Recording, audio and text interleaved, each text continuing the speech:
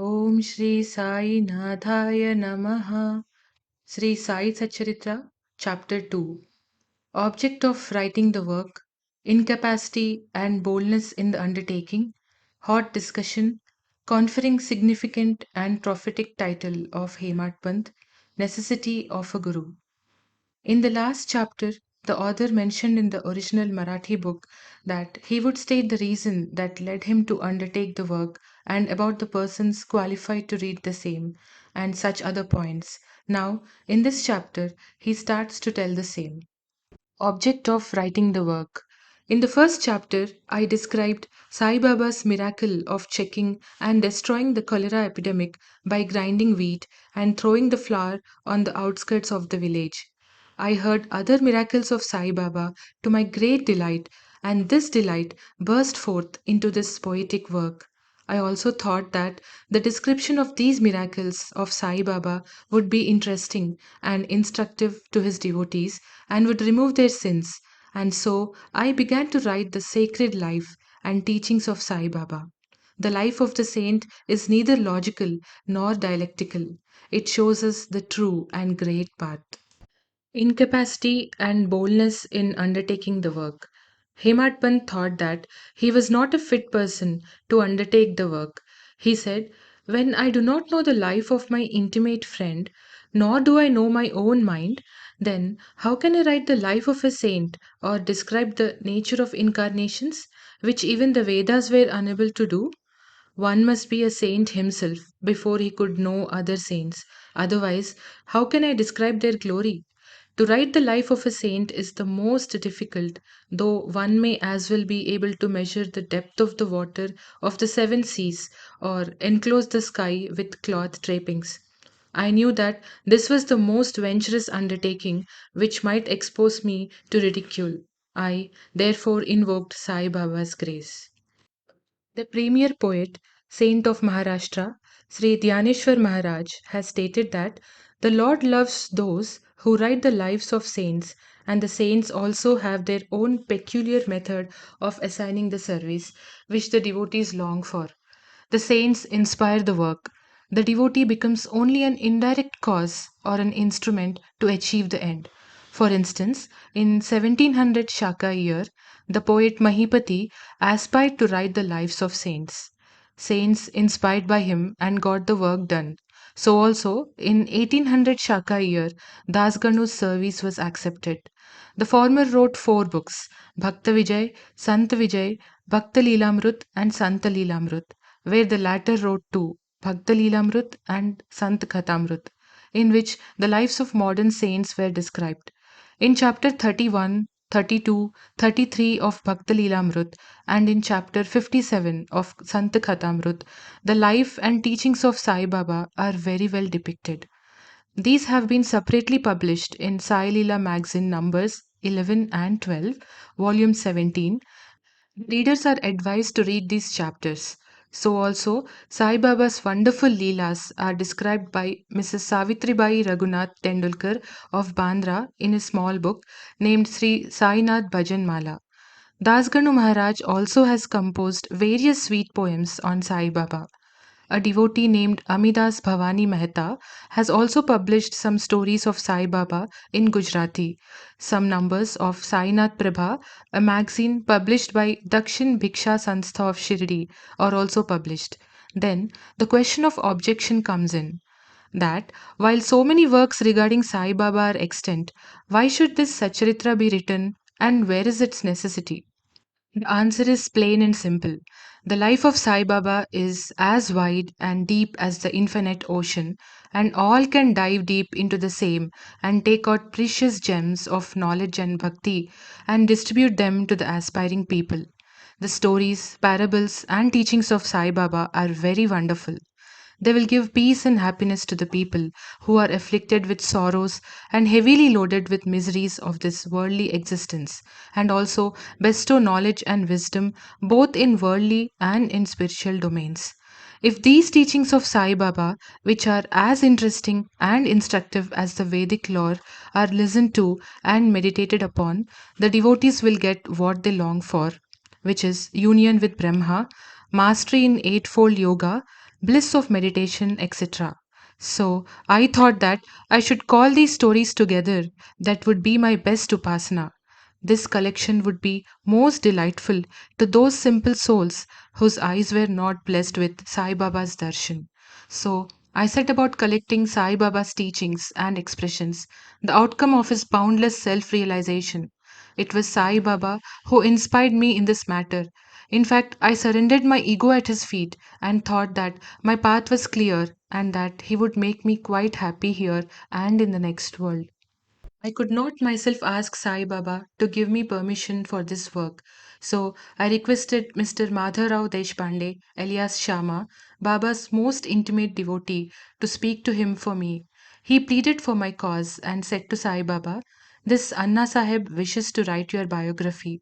Don't say that you are a poor fakir and there is no necessity to write it. But if you agree and help him, he will write, or rather, your grace will accomplish the work. Without your consent and blessing, nothing can be done successfully."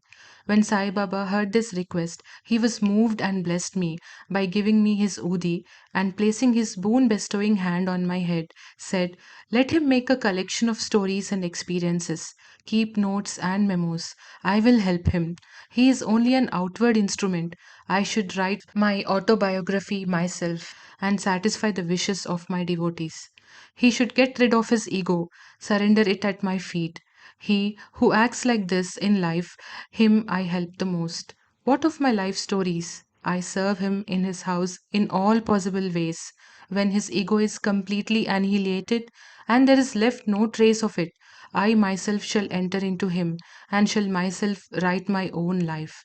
Hearing my stories and teachings will create faith in devotees' hearts and they will easily get self realization and bliss.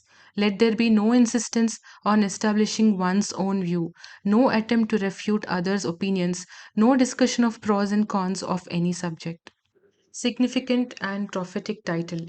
The word discussion put me in my mind of my promise to explain the story of my getting the title of Hemat Pant, and now I begin to relate the same. I was on close friendly terms with Kaka Sahib Dikshit and Nana Sahib Chandorkar.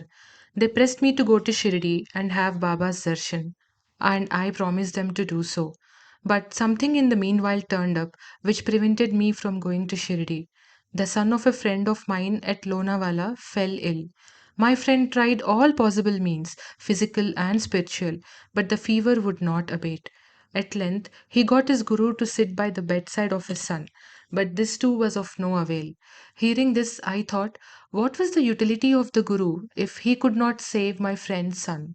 If the guru can't do anything for us, why should I go to Shirdi at all? Thinking this way, I postponed my Shirdi trip, but the inevitable must happen, and it happened in my case as follows. Mr. Nana Sahib Chandorkar, who was a divisional officer, was going on tour to Basin.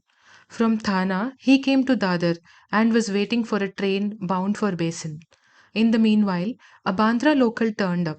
He sat in it and came to Bandra and sent for me and took me to task for putting off my Shirdi trip. Nana's argument for my Shirdi trip was convincing and delightful, so I decided to start for Shirdi the same night.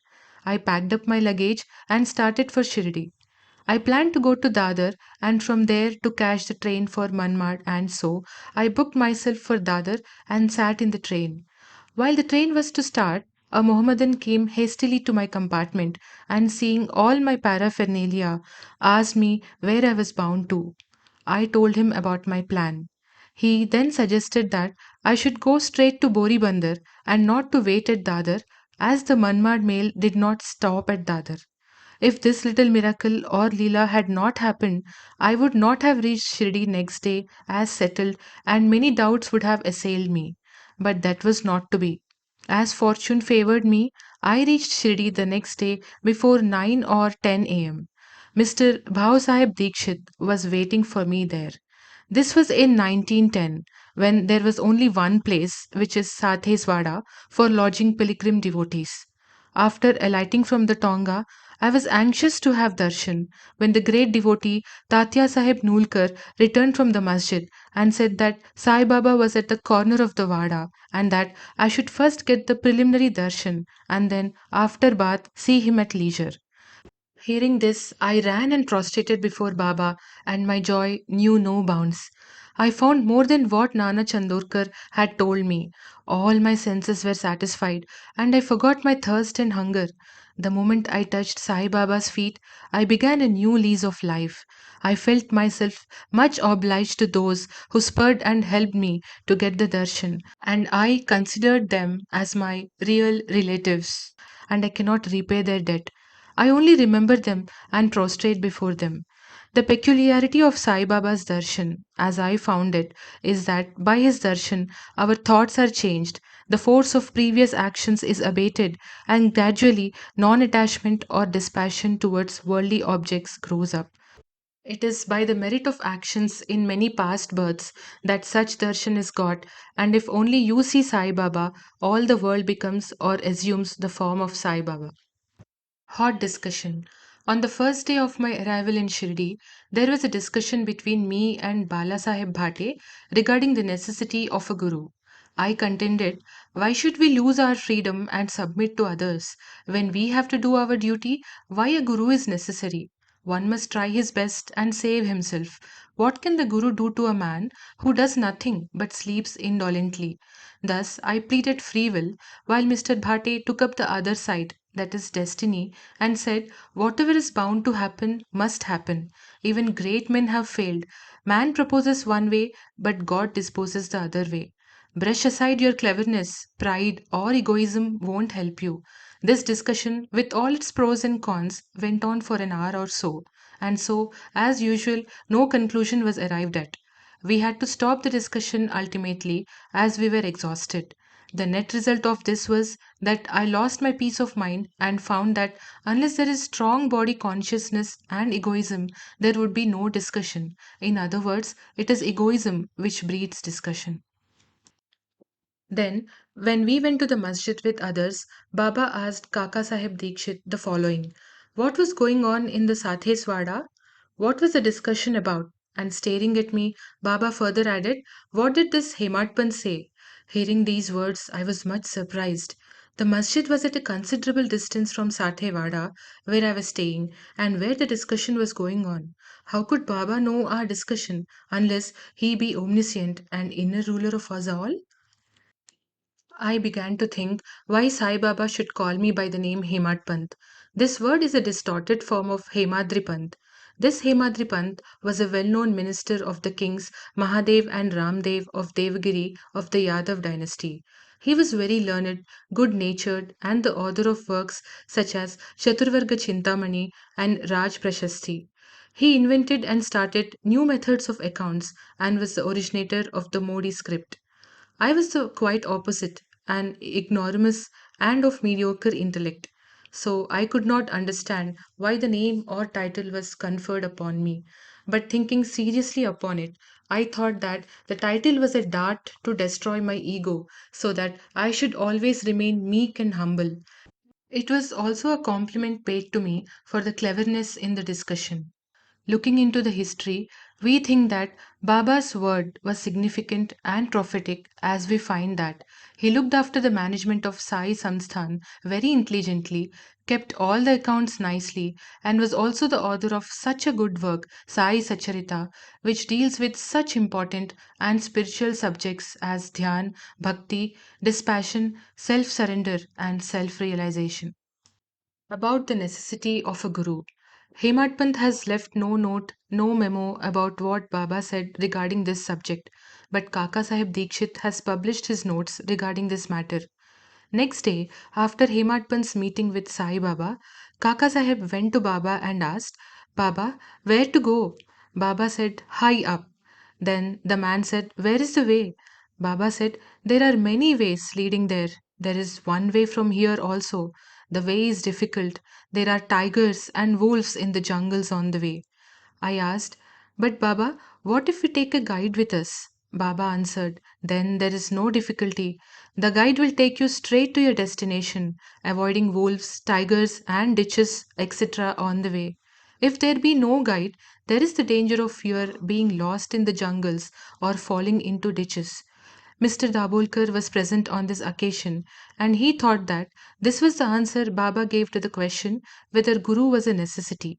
And he thereupon took the hint that no discussion whether man is free or bound is of any use in spiritual matters, but on the contrary, real Paramartha is possible only as the result of the teachings of the Guru, as is illustrated in this chapter of the original work, in the instances of great avatars like Ram and Krishna, who had to submit themselves to their Gurus Vasishtha and Sandipani respectively for getting self realization, and that the only virtues necessary for such progress are faith and patience. Bo to Sri Sai, peace be to all.